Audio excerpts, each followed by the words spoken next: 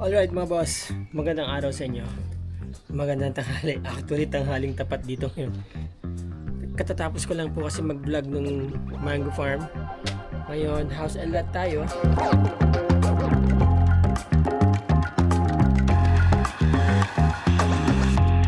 Alright, so ito po yung i-feature nating house and lot, ano. Yan. Anyway, hindi na tayo magsisimula sa labas. Dito na tayo sa loob para hindi mainit. So, meron po ditong vehicular gate. Yan.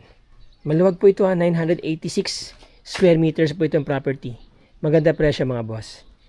Okay. So, gate, pedestrian sa tabi ng kalsada. Vehicular gate. Madali lang magmaniobra, papasok dito, ano. And then, meron din pedestrian gate doon. Ito po yung property. About 3 years po ito na-construct na, no? 3 years na po itong nakatayo. Itong property, itong bahay. Dito, kasya sa garahe niya, in the meantime, 2 sasakyan. At saka motor. Okay? Sa likod, pwede kayo magpagawa ng swimming pool. Pwede pa kayo magpatayo ng isang bahay. Or, pang Airbnb, apartment, di ba? Meron din pong vehicular gate doon. You know. Naka-fence na po, concrete fence ang perimeter, mga boss. May piko dito, 2 puno, malalaki. Yan, natural po yan, daming bunga. Di ba? Ito pong property, technically sa corner lot.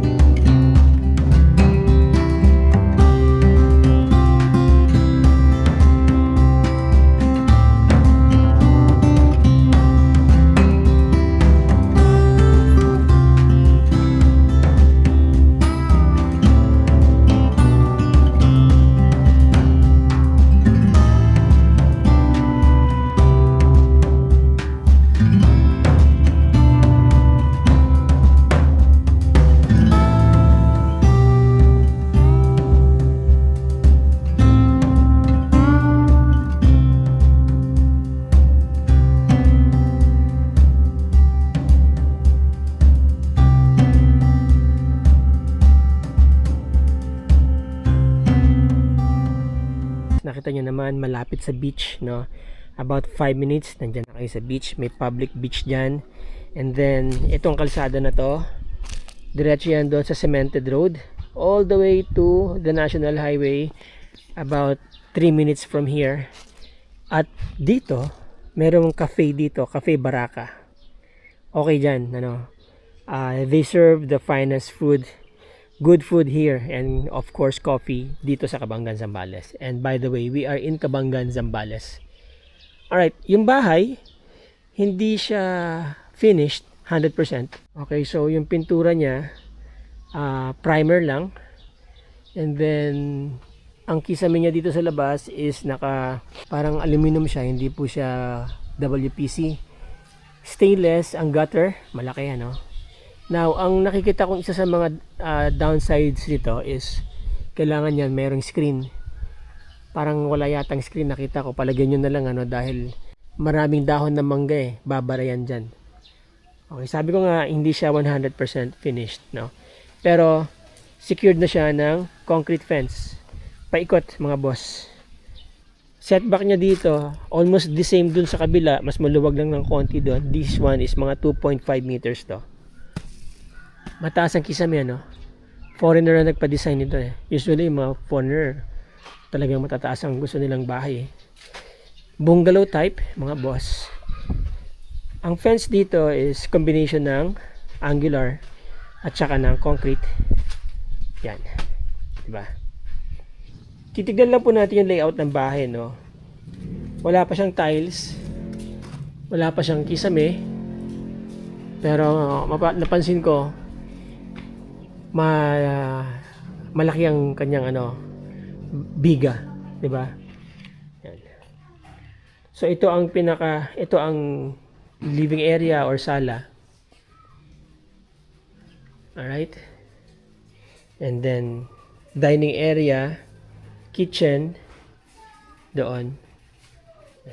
So, kailangan yung ipaano to, meron kayong mga kailangan ipa-repair. May napapansin ako mga holes doon, ano, subject for repair. Yan, yung bubong. Simple lang yung kanyang roofing, di ba? Isang diretso lang, pupunta doon lahat ng tubig. Alright? Pero malaki po ang floor area. Kagaya nito. Yan. Dito, meron silang parang garahe. Yan. Kasi may gate dito eh. Ayan o. Pwede yatang ipasok yung sasakyan dito. Ito. Ah, hindi. Maliit lang yung gate. So, parang laundry area or whatever. Kung ano man purpose na pwede niyang gawin dito. May mga provision para sa aircon. Conditioning siguro yan. Alright. Ito, papunta ng kwarto. Yan. Okay. Ano din pala to?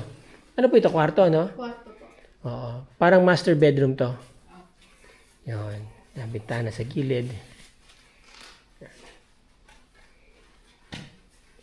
So, itutuloy nyo na lang yung finishing niya, mga boss. Mga sir, no? Naka-ready naman yung flooring para sa tiles. May ano na rin po ito. May kisame. Oo. Ito may kisame na dito. Ayan, no? Okay. Now, ito yung toilet and bathroom. Yan. Pasensya na kayo, wala kaming kuryente sa Kabanggan ngayon eh. Mga bandang alas 3 pa tayo magkakakuryente, ano? Ate? Yan. And then may step dito. Papasok dito sa kitchen and dining area. Ito yung kitchen. May dalawang kwarto. Walang CR. May CR. Ito yung CR niya. Oo. Yan. Maluluwag po yung mga rooms, no? I think this is mga 20 square meters po ito. Itong kwarto. 20, ganun. Alright? And then, ito, CR. toilet and bathroom din. Yan. Okay? So, ayan. Maluwag po ang bahay, mga boss, mga sir. So, bahala na kayo mag-imagine kapag halimbawang na-finish to. I think okay naman ang layout, no? Unique siya. At, yun. Malaki po yung property, mga boss, mga sir. So, dito sa labas, finishing yun na lang din to. Yung garden dito. Alright? Maganda po kasi yung location ng property, mga boss. Malapit ito sa downtown Kabanggan, malapit sa beach, no?